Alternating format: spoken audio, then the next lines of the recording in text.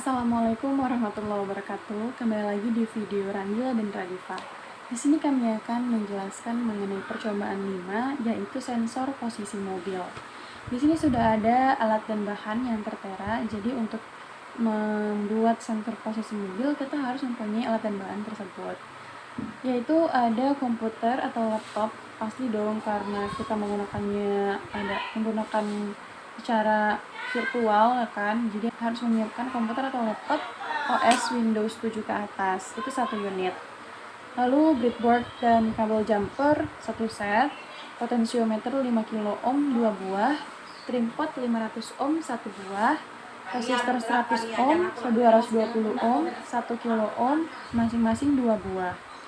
LED 2 buah, kapasitor tantalum 100 mikrofarad atau 16 volt 2 buah. Arduino Uno R3 itu 1 buah. Jadi kalau misal sudah tahu nih beberapa alat dan bahan di sini, mari kita langsung coba ke Proteusnya. Nah, di sini udah ada nih rangkaian mengenai sensor posisi mobil nanti yang akan kita coba. Ada Arduino, resistor, IC-nya. Di sini kita menggunakan IC agar ini ya, biar dia agak smooth dan tidak banyak rangkaiannya.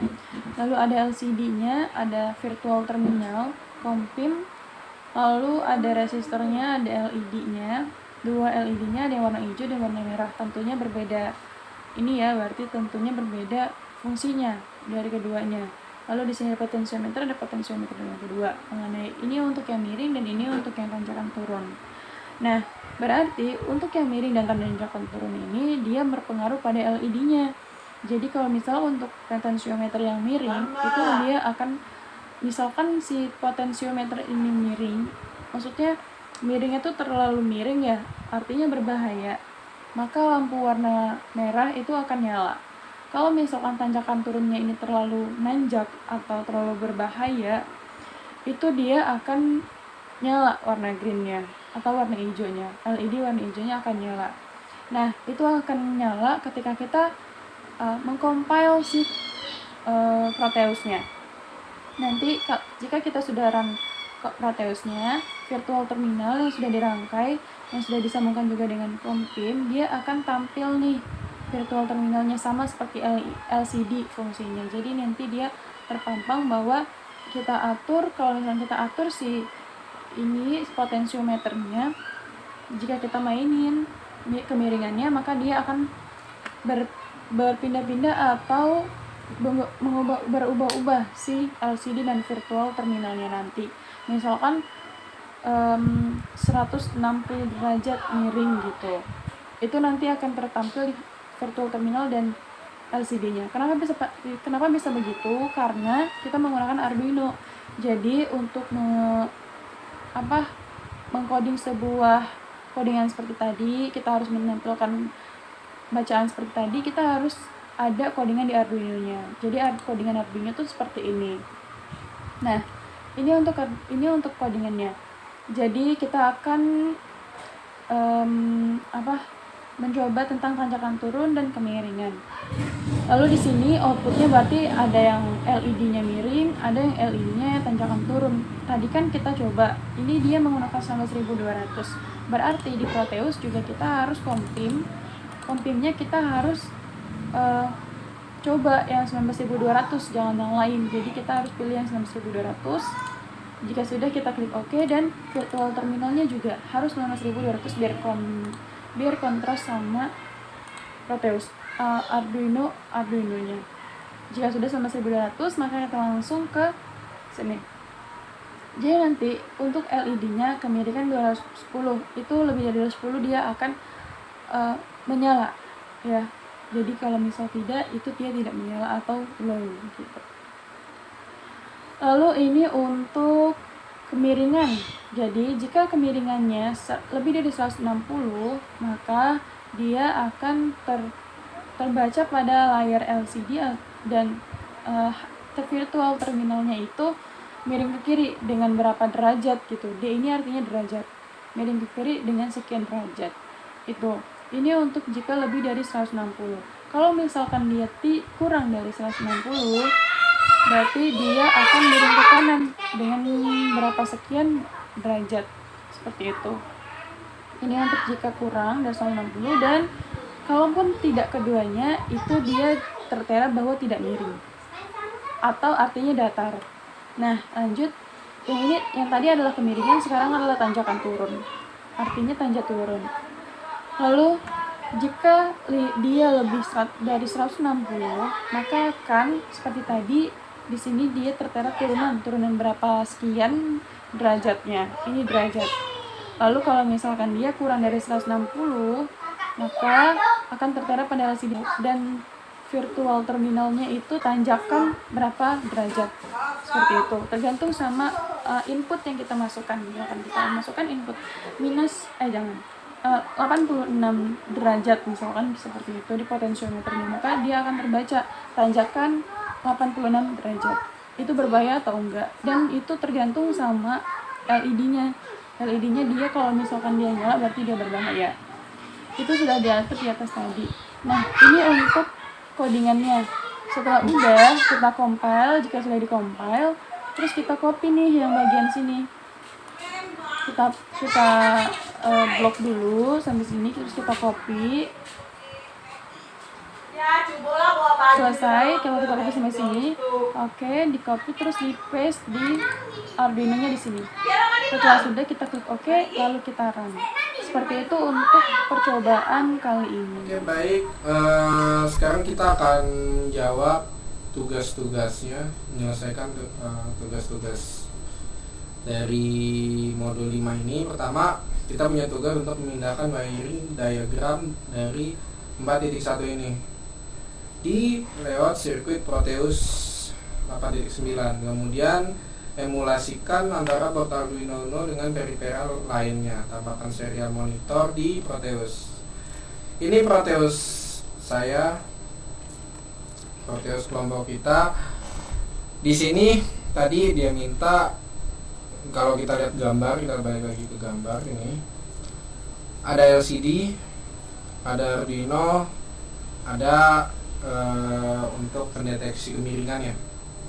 Nah, tapi saya pakai tambahan, yaitu modul IC PCF 8574. Modul ini sangat berguna untuk si Arduino-nya ini gak kebanyakan wiring gitu, untuk ke si LCD ini.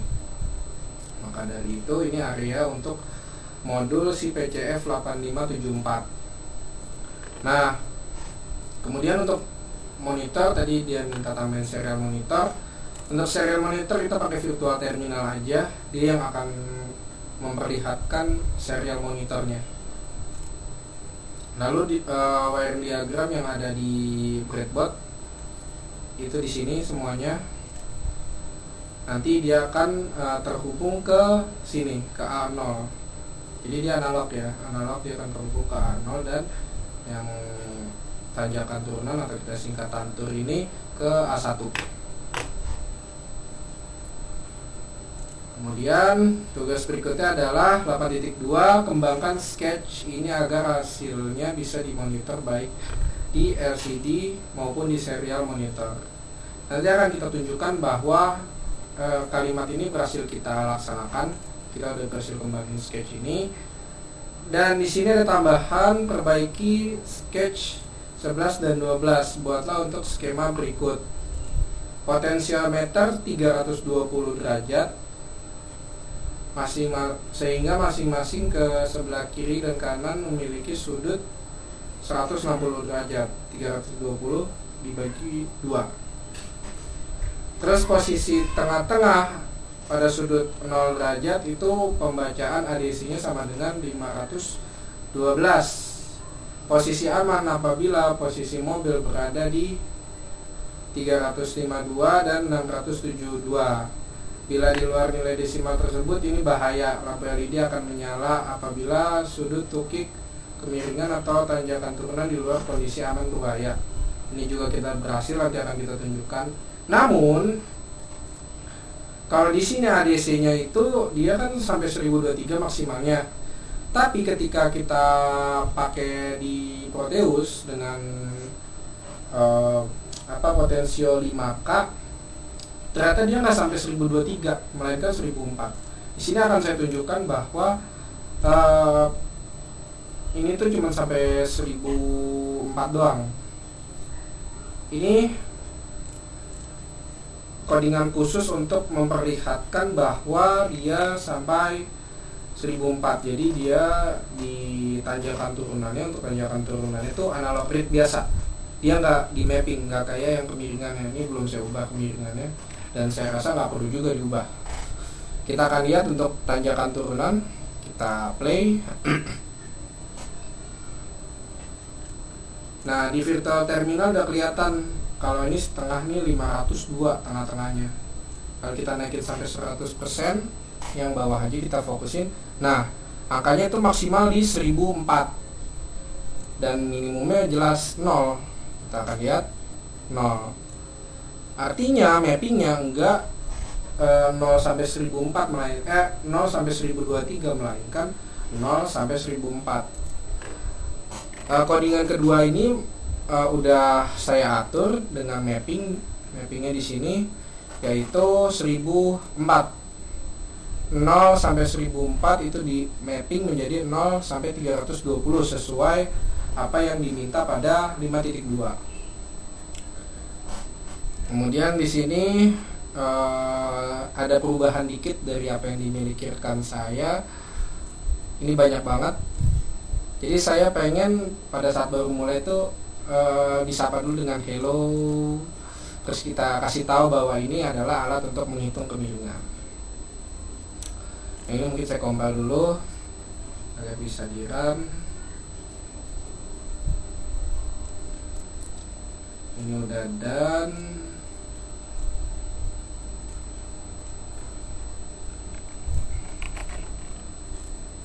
Lalu ini masih di play. Kita akan taruh file hack directory hashnya ke situ dan kita akan melakukan running.